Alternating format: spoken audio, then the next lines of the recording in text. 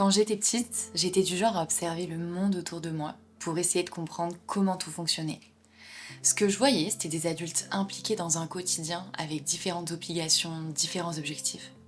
Les gens couraient après toutes sortes de choses, et en grandissant, j'ai fini par croire que c'était comme ça qu'on pouvait être heureux, en accomplissant toutes sortes d'objectifs de vie. Quand on est un enfant, on observe et on imite ce qu'on voit, mais le temps finit par passer, on grandit et on se retrouve vite face à la réalité. L'idée qu'on s'était faite de la vie et du bonheur n'est tout simplement peut-être pas la bonne. La plupart du temps, la réalité te frappe en plein visage quand t'as tout pour être heureux, et que pourtant tu ressens un vide profond au fond de toi. Mon nom est Constance, et aujourd'hui j'aimerais t'encourager en te disant que ce vide au fond de toi, il est appelé à être comblé. Et si c'était Jésus, la solution?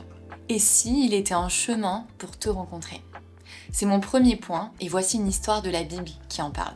Pendant ses 3 années d'activité publique, Jésus voyageait souvent pour accomplir l'œuvre de Dieu et faire du bien autour de lui. Au cours de l'un de ses voyages, il s'apprête à quitter une région qui s'appelle la Judée, pour se rendre dans une autre complètement à l'opposé qui s'appelle la Galilée. La logique voudrait que les gens qui font ce voyage prennent le chemin le plus court, en ligne droite. Le problème, c'est qu'à cette époque, faire une ligne droite voulait aussi dire passer par la région du milieu, la Samarie. Le truc, c'est que les Juifs de l'époque ont de gros conflits avec les Samaritains. Donc eux, quand ils veulent se rendre en Galilée, il faut un détour, quitte à ce que le chemin soit beaucoup plus long, pour éviter ce climat de conflit qui peut même parfois être dangereux. On le sait, Jésus est juif, il est au courant du contexte, il est conscient du danger. Mais à la différence des autres, il fait le choix de prendre le chemin qui passe par la Samarie. La Bible nous dit qu'il fallait qu'il passe par cette région. À peu près à mi-chemin, après des heures de marche sous un soleil brûlant, Jésus et ses disciples avec qui il faisait la route décident de faire une pause dans une ville de Samarie qui s'appelle Sychar. Aux alentours de midi, les disciples décident d'aller acheter quoi manger pour le repas. Mais Jésus, fatigué du voyage, préfère attendre assis au bord d'un puits. Alors qu'il est là, une femme s'approche du puits, une cruche dans les mains. On aurait tendance à dire ok, jusque-là rien d'anormal, mais rappelons-nous, il est midi. Dans cette région, midi c'est l'heure la plus chaude de la journée. Autrement dit, personne ne va jamais puiser de l'eau sous cette chaleur. Les gens préfèrent y aller à des moments où le soleil est bien plus bas et où il fait beaucoup plus frais en fait. Ce qu'on comprend à travers ce geste, c'est que cette femme est venue intentionnellement à cette heure, parce qu'elle souhaitait être seule. Elle voulait s'assurer de croiser personne. Est-ce que ça nous ferait pas penser à quelqu'un? Est-ce que ça serait pas notre réflexe à tous de s'isoler, de fuir quand ça va pas bien? Alors que cette femme fuit le monde, elle ne se doute pas que sa vie est sur le point de basculer. Jésus va lui adresser la parole. Mais rappelons-nous, on est en Samarie. Ils sont tous les deux d'une origine différente.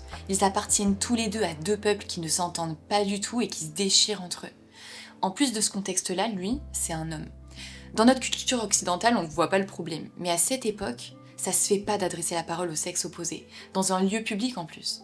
Ce que Jésus va faire, c'est qu'il va oser lui demander de l'eau. La femme est évidemment choquée et voici ce qu'elle va lui répondre. « Mais tu es juif, comment oses-tu donc me demander à boire, à moi, une Samaritaine ?» Voici la réponse de Jésus. « Si tu connaissais ce que Dieu donne et qui est celui qui te demande à boire, c'est toi qui lui aurais demandé de l'eau, et il t'aurait donné de l'eau vive. » Sur le moment, la femme ne saisissait pas où Jésus voulait en venir. Alors il continue, et voici ces mots. « Quiconque boit de cette eau aura de nouveau soif, mais celui qui boira de l'eau que je lui donnerai n'aura plus jamais soif. L'eau que je lui donnerai deviendra en lui une source d'où jaillira la vie éternelle. » Voilà la proposition qui est faite à cette femme. Et si Jésus avait aussi quelque chose pour toi? C'est mon deuxième point. Ce qui se passe dans notre histoire, c'est que Jésus est littéralement en train d'admettre l'existence d'un vide universel à l'intérieur de chaque être humain. On le sait parce qu'il dit « quiconque boit de cette eau ». Et quiconque, c'est pas juste cette femme. Quiconque, c'est chacun d'entre nous. Alors que je parlais un peu plus tôt de cette manie qu'on a en tant qu'humain de courir après toutes sortes de choses pour avoir cette sensation d'apaisement, de satisfaction, je crois que c'est exactement de ça qu'il s'agit dans ce passage. L'eau du puits représente ce qui est matériel, ce qui répond à un besoin physique. Et cette eau, dit Jésus, ne peut satisfaire que partiellement, dans un court laps de temps. Ce que Jésus propose est sans précédent en fait. Non seulement il prétend être en possession de ce qui compte véritablement, mais en plus il veut donner à tous et à tout le monde. Alors de quoi est-ce qu'il s'agit exactement? On y vient. La plupart du temps, les gens sont d'accord pour dire qu'ils sont un être physique, c'est-à-dire qu'ils ont un corps, mais qu'ils sont un être émotionnel, donc doté d'émotions, avec une personnalité propre, des raisonnements, une pensée. C'est ce qu'on appelle l'âme. Pour beaucoup d'entre nous, on s'arrête là. On pense qu'on est constitué seulement de ces 2 parties, alors qu'en réalité, on en oublie une, et c'est l'être spirituel qu'on appelle l'esprit. L'esprit, c'est la partie qui te relie à ta nature profonde, et c'est au travers de lui en fait que tu peux être en contact avec Dieu et que tu as accès à cette réalité spirituelle. Si je devais résumer, je dirais que tu es d'abord un esprit relié à une âme, et tout ça dans un corps. On est d'accord, surtout avec les périodes qu'on a pu avoir cet été de forte chaleur, ça ne nous viendrait pas à l'idée d'arrêter de boire de l'eau. En fait, on ne tiendrait pas longtemps, le corps a besoin de boire. Maintenant, c'est la même chose pour ton âme. Tu recharges ta batterie émotionnelle de plusieurs manières. Ça peut être en passant du temps avec ta famille, avec tes amis ou seul. Ça peut être en t'instruisant, en créant. En fait, ce qui se passe, c'est que la plupart du temps, on donne de l'eau à notre corps et à notre âme, mais on oublie de s'abreuver spirituellement. Alors certains diront, si, moi je m'intéresse déjà à ce qui est spirituel. Ok, mais voici ma question. Est-ce que tu bois à la bonne source spirituelle ? Dans l'histoire de la femme samaritaine, Jésus ne met pas seulement en évidence ce vide et ce besoin d'être abreuvé spirituellement, il parle, comme on l'a dit plus tôt, du fait qu'il est celui qui détient cette eau qui désaltère véritablement. Alors super, mais on fait comment pour y accéder ? Et si tu choisissais de le croire ? C'est mon dernier point. Jésus ne sera jamais ce genre d'ami qui te dit uniquement ce que tu as envie d'entendre, pour éviter de te froisser.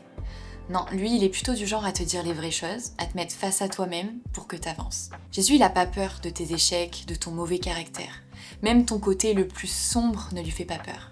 Par contre, il t'aime trop pour te laisser comme tu es. Et c'est ce qui s'est passé avec la femme de notre histoire. Elle va finir par lui demander à son tour à boire parce qu'elle désire cette eau dont il parle. Et voici ce que la Bible dit dans Jean 4, 15-18. La femme lui dit « Maître, donne-moi cette eau pour que je n'ai plus soif et que je n'ai plus besoin de venir puiser de l'eau ici. » Jésus lui dit « Va chercher ton mari et reviens ici. » La femme lui répondit « Je n'ai pas de mari. » Et Jésus lui déclara « Tu as raison d'affirmer que tu n'as pas de mari, car tu as eu 5 maris, et l'homme avec lequel tu vis maintenant n'est pas ton mari. Tu as dit la vérité. » Pardon, mais c'est quoi le rapport ? À quel moment on répond à quelqu'un qui demande de l'eau « Va et appelle ton mari ?» Par cette réponse, en fait, Jésus est en train de pointer du doigt le nœud de la vie de cette femme. Pour boire cette eau qui désaltère véritablement, c'est le pire de sa vie qui doit d'abord être mis en lumière. La femme est choquée parce qu'elle se rend compte que Jésus la connaît personnellement, qu'il connaissait le pire d'elle-même avant de l'avoir rencontrée. Il lui a pas posé cette question pour connaître la réponse, mais pour elle, parce qu'être confrontée à la réalité, c'est le seul chemin pour boire cette eau que Jésus propose. C'est un peu comme quelqu'un qui serait coincé dans des sables mouvants et qui penserait pouvoir s'en sortir seul. Quand bien même quelqu'un lui tendrait la main, il serait incapable de la voir, il serait trop préoccupé à vouloir s'en sortir tout seul. Résultat, il s'enfoncerait encore plus. En fait, c'est uniquement quand on réalise notre incapacité à y arriver tout seul qu'on est capable d'accepter de l'aide. Seul quelqu'un qui reconnaît qu'il a besoin d'être sauvé peut accepter d'être sauvé. C'est ce que Jésus a fait avec cette femme. Il pointe du doigt son péché, ce poids qui est là dans sa vie, la raison même de la honte qui la pousse à s'isoler et à se cacher du monde qui l'entoure. Cette femme avait l'étiquette de la femme de mauvaise vie de son village. Elle était rejetée. Si aujourd'hui enchaîner les relations peut encore être mal vu, imaginez à l'époque. Jésus ne pointe pas du doigt son péché pour la juger, au contraire, c'est pour la libérer. La boue de nos vies lui fait pas peur, mais il veut nous en sortir, parce qu'il nous aime. Quand tu te rends compte que tu as besoin d'être sauvé et d'être libre, il te reste plus qu'à trouver le sauveur, le libérateur. La femme l'a compris, c'est impossible de s'en sortir seule. Aujourd'hui, dans notre société, c'est pourtant l'inverse qu'on entend partout. On nous parle beaucoup de développement personnel et on nous donne l'illusion en fait qu'on peut tout changer par nous-mêmes. Mais c'est un mensonge, c'est pas du tout ce que nous dit la Bible au final. C'est pas du tout ce que nous dit Jésus et ce qu'il nous propose. Alors sur cette parole, la femme va immédiatement croire que Jésus est celui qu'il prétend être. Et qu'en fait il est celui qu'elle attend. Vous savez comment on le sait ? Parce que le texte nous dit qu'elle va abandonner sa cruche. Vous savez, celle avec laquelle elle était venue au puits pour puiser de l'eau. Elle a été désaltérée. Cette fois pas par l'eau matérielle du puits, mais par l'eau spirituelle, celle que Jésus lui a donnée. Ici, non seulement on assiste au salut de cette femme, mais en plus de ça, on assiste à la restauration et à sa réhabilitation en fait à la population. Elle n'est plus définie par sa honte, ni par son péché, mais par celui qu'elle vient de rencontrer, Jésus. Et si aujourd'hui, tu choisissais de faire confiance à Jésus ? Et si tu le laissais combler ce vide au fond de toi ? Ce que ça prend, c'est d'oser être vrai avec toi-même. De regarder en face l'état de ton cœur et de réaliser que oui, toi aussi, t'as besoin d'un sauveur parce que tu peux pas y arriver tout seul. Personne peut. Jésus t'aime, mais il t'aime trop pour te laisser comme ça. Il te forcera jamais, mais sache qu'il a déjà fait le premier pas. Si t'as l'impression que ce message est pour toi, j'aimerais simplement t'inviter à parler à Jésus. Comme cette femme, tu peux lui demander cette eau qui désaltère. Parce que ce vide, il veut venir le combler.